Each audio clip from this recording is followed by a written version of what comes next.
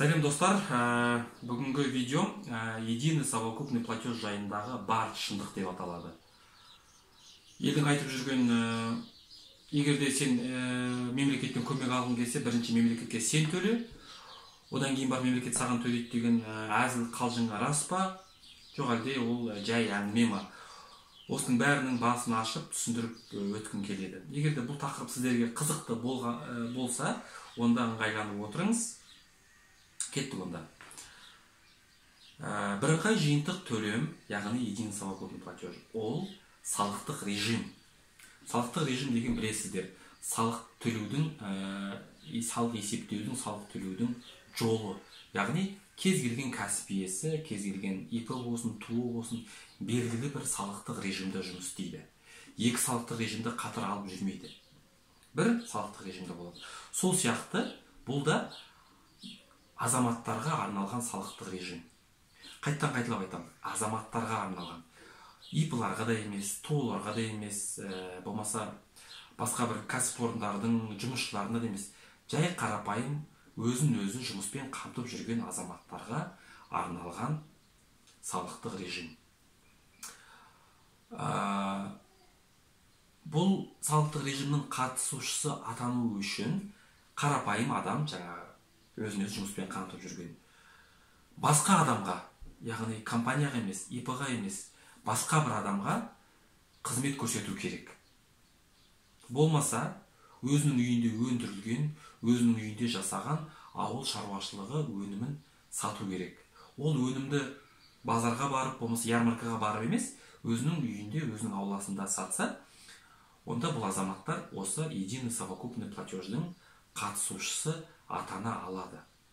Яғни, кімдер төлейді деген кезде осы екі категория. Яғни, өзін-өзі жұмыспен қамтыған азаматтар және де ауыл шаруашылығы өнімін сататын адамдар. Екі категория.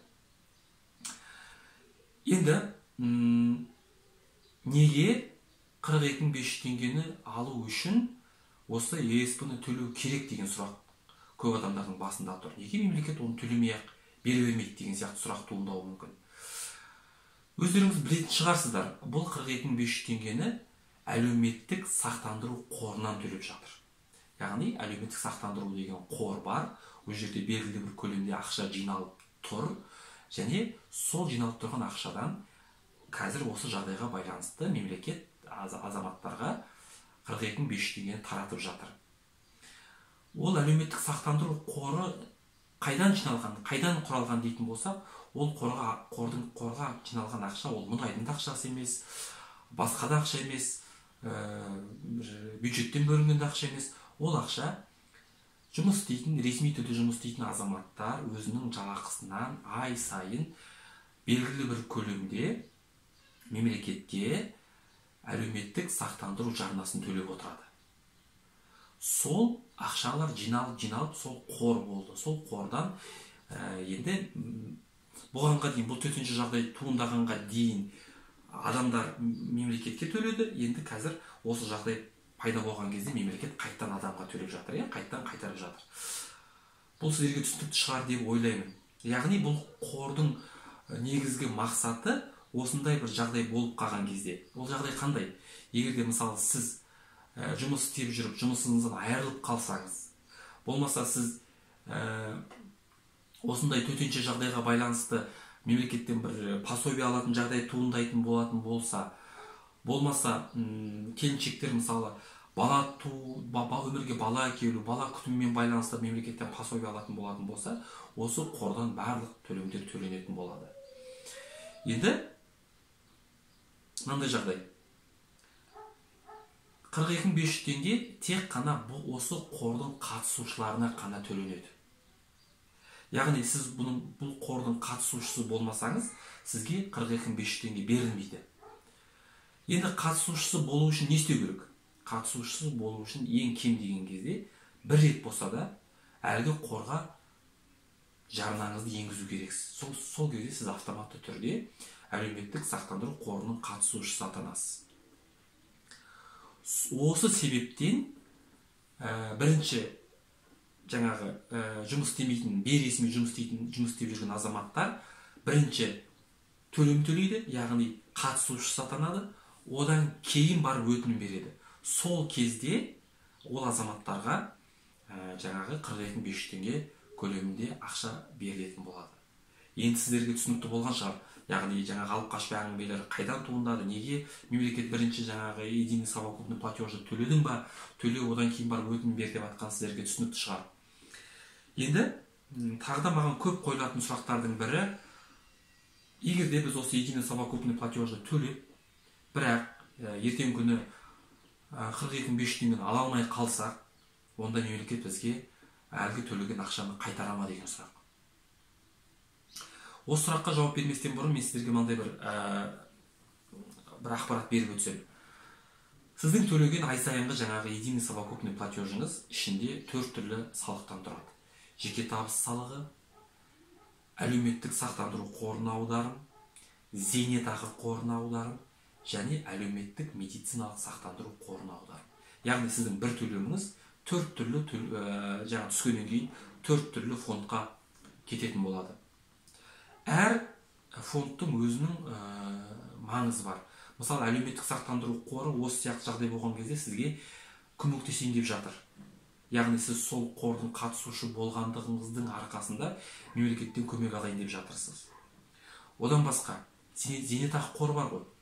Зейнетақы қоры ертеңгі күні сіз зейнетке шыққан кезде сіздің ай сайынғы төленетін зейнетақыңызды есептеу барысында ай сайын сіз жаңағы сол уақыт зейнетке шыққанға дейін сізге зейнетақы қорына ақша түсті ма, түспеді ма, оның бәрі есепке алынады.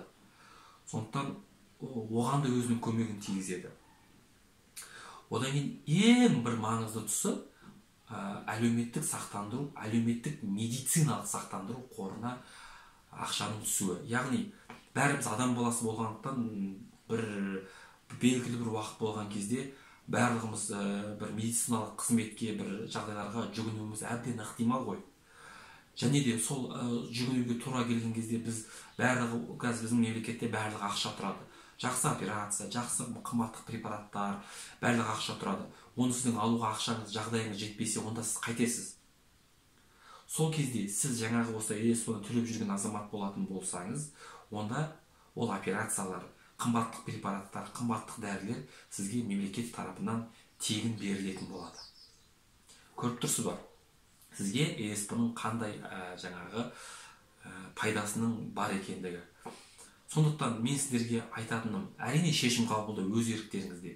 Бірақ менің сіздерге ұсынатын жаңағы ақыл кеңесім, қазір емес, мына төтенше жағдай біткеннен кейін, қайттан барлығы қалыпты жағдайға келгеннен кейін, ай сайын өзіңіз үшін әлеуметтік жаңағы маңыз бар болғандықтан, единый совокупный платеждың ай сайын осы төлемді төлеп отырмыз. Сол кезде сіз өзіңіздің жүрегіңізде тыныштық та орнайды. Ертең күні Құдай бетін арқылы бір жағдай болып қалатын болса, мемлекетке сенімді түрде айта аласыз, мен салық төлеп отырмын. Мен зейнетақы қорына ақша аудардым. Әлеуметтік сақтандыру қорына ақша аудардым, әлеуметтік медициналық сақтандыру қорына ақша аудардым. Енді маған да көмектес деген сияқты, көмек қолын соз деген сияқты өтінім бере аласыздар. Сондықтан ойлаңыздар, сіздерге қайттан сол ақшаны қайтарып алған дұрыс па, әлде ары қарай төлемді жалғастыра берген дұрыс па? Бірақ мына тұста мына нәрсені айта кетейін. Сіздер менің осы видеомды көргеннен кейін, бұның пайдасы көп екен ғой деп, осы айдан бастап төлеп кетіп жүрмеңіздер. Өйткені бізде төтенше жағдай сәуір айының аяғына шейін созылды ғой. Яғни сәуір айының төтенше жағдай қанша уақытқа шейін созылады, сонша уақыт төлемеңіздер. Бір сөзбен айтқан кезде, төтенше жағдай тоқтап қалыпты жағдайға шыққан кезде, сол айдан бастап егерде төлегіңіз келсе, төлеңіз. Әлгі менің айтқан сіздерге ақыл кеңесім, жүрегіңізге қонып, ақылыңызға қонып, бұл шынында өте маңызы бар дүние екен деп шешсеңіз, онда төлеңіз. Жоқ, онсыз да өмір сүрдім, оған ешқандай нем жоқ деп сырып тастайын десеңіз, ол да өз еркіңіз. Бірақ ешкімнің алдына шығып келген жоқ. Ертең күні жаңағы мен айтқан бір медициналық жағдайға байланысты, болмаса зейнетке шығуға байланысты уақыт жақындаған кезде қалай зейнетақы аламын, қалай ауырып қалсам кім маған көмектеседі деген ой жүрегіңізде жаңағы бір үрей бар болатын болса, онда осы төлемді төлеп жүріңіз. Бір керемет, бір көп ақша емес қой. үлкен қалалар үшін 1 айлық есептік көрсеткіш, ал ауылдар үшін жарты айлық есептік көрсеткіш. Жарты айлық, яғни 1325 теңге 50 тиын. Ал қалалар үшін 2651 теңге. Бір керемет көп ақша емес деп ойлаймын. Соны төлеңізде, зато ішіңізде тыныштық, жүрегіңізде тыныштық, жайбарақат жүресіз. Енді мынандай бір-екі несін айтып өтсем, жаңағы кез келген салықтық режимнің өзінің шектеулері бар. Мысалы, единый совокупный платежды жеке кәсіпкерлер, яғни дара ИПшниктер единый совокупный платеж төлей алмайды. Өйткені олар қарапайым адам емес, олар жеке кәсіпкер. Одан кейін қарапайым адам болса да, бірақ бір жылдың ішіндегі табысы, бір жылдың ішіндегі табысы 1175 айлық есептік көрсеткіштен жоғары болатын болса, яғни сіз біреуге қызмет көрсетесіз, бір жылдағы табысыңыз 3.114.000 теңгеден жоғары болатын болса, онда сіз жаңағы ЕСП-ның төлеушісі бола алмайсыз. Сондықтан осындай бір шектеулері бар. Одан кейін тағы мынандай шектеулер бар. Мысалы мынандай жағдай. Көп адамдар үйлерін пәтер жалға береді. Сол азаматтарға да мен айтатыным, жаңағы сізге тексереді ғой, мысалы, салық органынан келіп тексеру мүмкін. Сіз мысалы жалға беріп отырсыз, сізде патент бар ма, анау бар ма, мынау бар ма деп. Сол кезде сіз осы бірыңғай жиынтық төлемді төлесеңіз, сіз айтасыз, мен бірыңғай жиынтық төлемді төлеушімін. Сол үшін мен үйімді жалға бере аламын деп. Яғни сіз жеке тұлғасыз, сіз басқа біреуге қызмет көрсетіп, өзіңіздің үйіңізді жалға беріп отырсыз. Ол алушы да қарапайым азамат қой, жеке тұлға ғой.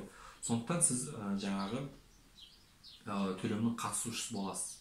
Ал егерде сіз бір коммерциялық нелерді жалға беретін болсаңыз, мысалы бір коммерциялық машинелер болады, крандар бар, болмаса бір коммерциялық ұйымдар, бір базаларды жалға беретін болсаңыз, онда сіз бұл единый совокупный платеждің төлеушісі атана алмайсыз. Одан кейін шетелдіктер және азаматтық жоқ азаматтар осы төлемді төлеушісі атана алмайды. Жеке кәсіпкерге ИПшниктерге байланысты айттым. Жалпы ЕСП туралы айтайын дегенім осы.